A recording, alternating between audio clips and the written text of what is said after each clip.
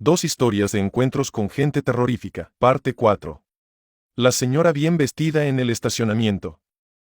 Mi esposo y yo estábamos en el supermercado y nuestra hija de brazos estaba bastante llorona, así que mi esposo se la llevó a dar un paseo en el auto. Por alguna razón ella siempre se calma con el movimiento. Solo le tomó como 10 minutos calmarla y yo seguía haciendo las compras, por lo que se quedó a esperarme en el estacionamiento. El clima estaba agradable, así que tomó el car seat y se fue a sentar con ella en una banca fuera de la tienda. Estaba ahí sentado haciendo llamadas del trabajo y meciendo el car seat cuando se le acercó una mujer bien vestida, a mitad de sus 30, de altura promedio y en forma. No es poco común que la gente pida jugar con nuestra hija, tiene una cara linda, cachetes grandes, cabello dorado y una sonrisa hermosa, especialmente cuando está profundamente dormida. Sin embargo, la hora de la siesta de nuestra hija es sagrada, así que mi esposo estaba listo para decirle que no podía jugar con ella en ese momento. Esta mujer caminaba hacia ellos rebosando confianza y antes de que él pudiera terminar de decirle que estaba durmiendo y no podía molestarla, ella tomó el car seat y empezó a irse con él. Mi esposo se quedó en shock por un segundo, sin creer que alguien tuviera suficientes agallas para hacer algo tan siniestro a mitad del día. Luego le dijo,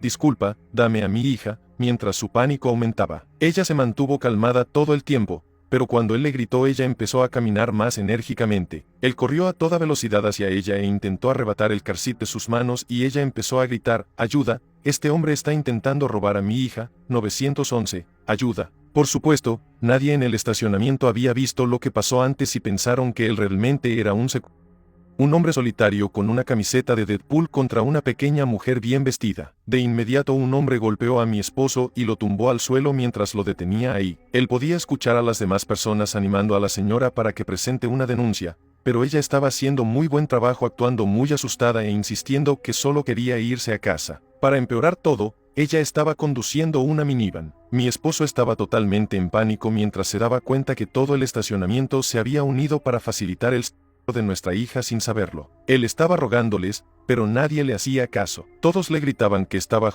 y tenía que permanecer quieto, esperar a que llegara la policía y dejar de aterrorizar a esa mujer. Mi esposo finalmente tuvo la brillante idea de mostrarles las fotos de su teléfono. Sin embargo, estaba demasiado en pánico para pensar con claridad y lo único que pudo gritar fue, tengo fotos de ese en mi teléfono. Esto, por supuesto, fue malinterpretado por todos y pensaron que él tenía fotos de cuando estaba espiándolos o fotos peores. Fue en ese momento que un hombre, al que no puedo culpar considerando la situación, le dio una patada a mi esposo con todas sus fuerzas en las costillas. En ese preciso momento yo estaba saliendo de la tienda y pensé que todas estas personas estaban robando a mi esposo. Empecé a gritar a seguridad, pero del pánico mi pecho estaba súper presionado y apenas podía emitir ningún sonido. Entonces me di cuenta que él no tenía a nuestra hija con él y cuando vi que una mujer la tenía me sentí aliviada. Pensé que tal vez ella había intervenido y había puesto a mi hija a salvo mientras mi esposo estaba siendo robado y que se estaba yendo a conseguir ayuda. No pude encontrar a ningún guardia de seguridad, así que corrí hacia esas personas mostrándoles mi billetera mientras les decía, tomen todo lo que quieran, solo váyanse y déjenos en paz. El hombre que tenía a mi esposo en el suelo dijo algo como, señora, necesitamos esperar a que llegue la policía por él. Yo me quedé confundida, si ellos eran ladrones, ¿por qué llamaron a la policía? Le seguí diciendo mientras tartamudeaba, ¿a qué te refieres? ¿De qué estás hablando? Y él me dijo, intentó secuestrar a la hija de esa mujer. Yo no entendía nada y estaba segura de que no había escuchado bien. Mi esposo nunca lastimaría a nadie. Aparte, tenemos 4 hijos en casa, si él en algún momento de su vida cometía un crimen, llevar a otro hijo a casa sería el último de ellos. No podía entender nada de lo que el hombre estaba diciendo y de repente lo entendí todo. Levanté la mirada para buscar a la mujer que tenía a mi hija y ella ya iba a la mitad del estacionamiento. Me levanté y me fui a toda velocidad como un tigre sobre ella. Corrí tan rápido que mis tacones se salieron de mis pies. No soy ninguna luchadora de UFC ni nada y nunca he tomado clases de defensa personal, así que todo lo que pude pensar hacer era tomar a la mujer del cabello y apretar su garganta con mi otra mano, pero no estaba funcionando, ella se estaba yendo a pesar de eso. Sorprendentemente, ninguna persona de los que estaban ahí conectó que tal vez mi esposo estaba diciendo la verdad y esta mujer se estaba yendo con una hija que no era de ella. Tiré de su cabello tan fuerte como pude y eso fue suficiente para que la mujer dejara caer el car seat. Yo estaba tan asustada y sorprendida que lo único que hice fue tirarme sobre el car seat, cubriéndolo como si fuera una sábana y me quedé así sin decir ni hacer nada más. La mujer se fue y ni una sola persona intentó detenerla, a pesar de que se estaba yendo sin la hija que dijo era de ella. En los próximos minutos llegó la policía y, después de todo lo que pasó, hubo muchas personas que seguían diciendo que mi esposo intentó secuestrar a nuestra hija. Para mi horror, la policía asumió que esa mujer no tenía malas intenciones. Las primeras preguntas que me hicieron sobre ella después de que les di su descripción no eran para investigar, sino para convencerme de no presentar cargos. Seguían culpando a mi esposo. Ejemplos de preguntas que me hacían son: ¿tu esposo y tu hija se ven muy diferentes? ¿Hay alguna posibilidad de que esta mujer pensara que él estaba secuestrando a tu hija e intentó ayudar? ¿Tu esposo pudo haber hecho algo inapropiado para que esta mujer sintiera que tenía que intervenir? Ella se veía confundida. ¿Pudo haber confundido a tu esposo con un familiar? Luego pasaron más tiempo verificando que realmente sea mi hija. Para ese punto mi esposo había llamado a su hermano que trabaja en un despacho de abogados y lo contactó con uno de inmediato. Él nos dio el invaluable consejo de pedir el nombre y número de placa de cada uno de los oficiales, pedir las grabaciones de las cámaras de seguridad de la tienda de inmediato y llevar este asunto a los superiores si estos policías no nos empezaban a tomar en serio. Finalmente, tuvimos motivos suficientes para creer que ya nos estaban tomando en serio y nos fuimos a casa. Cuando llegamos, ambos temblamos y lloramos hasta que tuvimos que ir por nuestros otros hijos a la escuela. Mi esposo estaba lleno de ira e impotencia por lo poco que pudo hacer y tenía 2 costillas de la patada que le dieron. Para crédito de los oficiales, le preguntaron si quería presentar cargos, pero, considerando que el hombre estaba genuinamente convencido de que estaba ayudando a evitar un se quedó a hablar con la policía y pidió disculpas cuando la verdad salió a la luz. Mi esposo decidió no presentar cargos. Sorprendente y frustrantemente, aún había personas que se quedaron a hablar con la policía que veían feo a mi esposo y un hombre incluso le rogó a los oficiales para que involucren a los servicios de protección de pequeños para ver si realmente era nuestra hija. Mujer loca y gente escéptica del estacionamiento, espero nunca volver a encontrarme con ustedes. La oficina en el medio de la nada.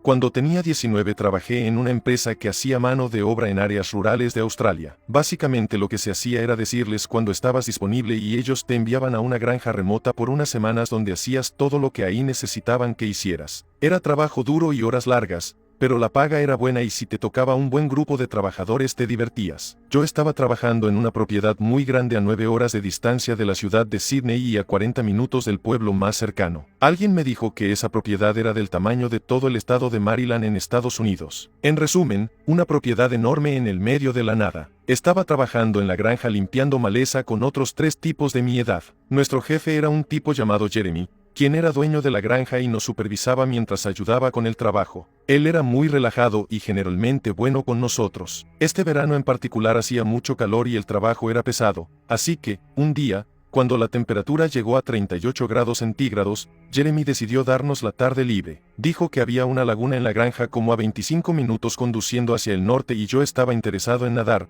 pero los demás chicos solo querían relajarse, así que él y yo nos dirigimos a la laguna en una de las camionetas del trabajo. La propiedad era ancha, con llanuras despejadas y algunos puntos de matorrales. Jeremy no era muy hablador, así que condujimos más o menos en silencio. Sin embargo, después de 20 minutos, él se detuvo de repente y me dio un golpe en las costillas mientras me decía: ¿ves eso por allá, entre los 2 árboles? Debo mencionar que, si no están familiarizados con el terreno, especialmente los de Australia, son cafés y rojos y mayormente planos y templados. Esto significa que cualquier color brillante resalta muchísimo y ya se pueden imaginar nuestra sorpresa cuando vimos a la distancia una estructura grande, azul y angular. Nos dirigimos hacia ahí y mientras nos acercábamos nos dimos cuenta que era un enorme contenedor en medio de la nada. Jeremy estaba perplejo, le pregunté si sabía lo que era, pero obviamente no sabía. Dijo que no lo vio cuando estuvo por esa área 5 semanas antes y quería investigar qué era. Inicialmente nos detuvimos a 100 metros del contenedor y yo tenía un mal presentimiento. Nada se veía bien,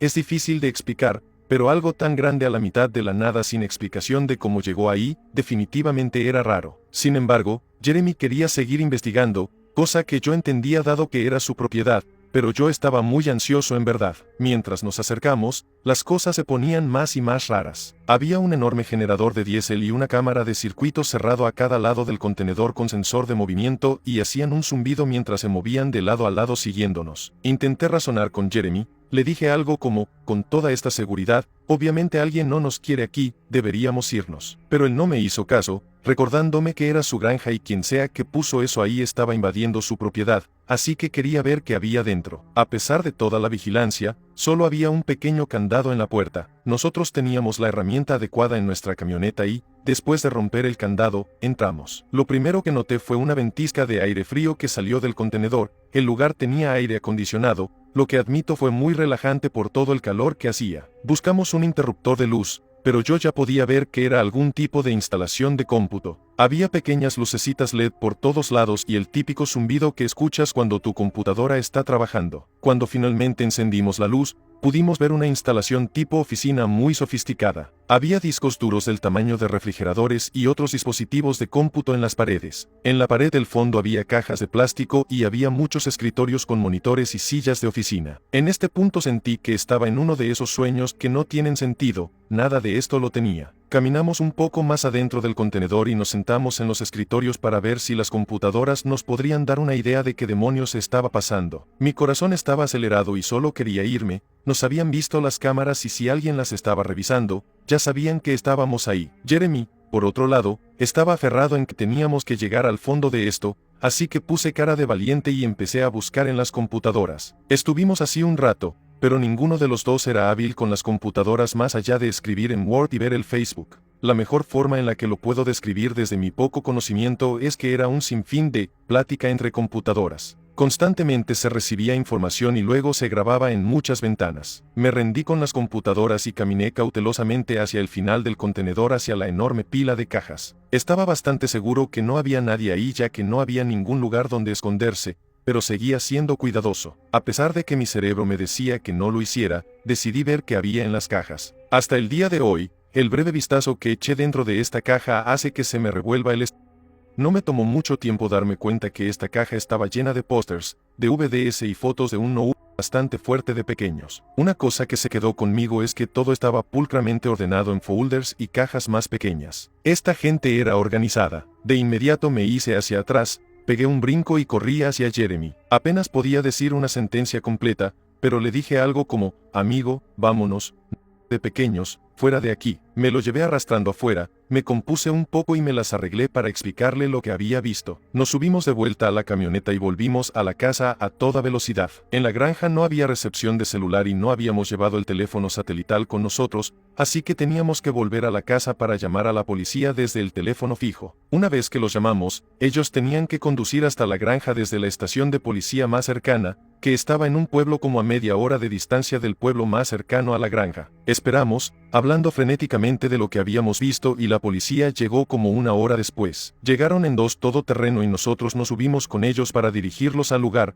pero aquí es donde todo se pone peor. Para cuando llegamos, la puerta del contenedor estaba abierta y había fuego dentro. Nosotros solo teníamos dos pequeños extinguidores que no ayudaron mucho. El departamento de bomberos tardó una hora en llegar y para ese entonces ya había mucho daño. Un reporte de la Policía Federal demostró que no había evidencia del equipo de cómputo que describimos y solo había pequeños rastros de papel y cartón. Eso significa que, quien sea que fuera el dueño de eso, sabía que estuvimos allí y tuvo el tiempo para ir, llevarse todo e irse. Había varias formas de salir de la propiedad y era un terreno enorme, por lo que no había forma de seguirles el rastro, ya que la policía no nos había tomado demasiado en serio al principio, probablemente debido a nuestra vaga explicación por teléfono, el apoyo aéreo tampoco era una opción. Yo tenía un inmenso interés en seguir la pista, pero sin evidencia real de quien pudiera haber sido el responsable, la investigación se detuvo. He seguido en contacto con Jeremy y el contenedor sigue estando en su granja ya que es muy costoso moverlo, pero nunca olvidaré lo que vi en esas cajas.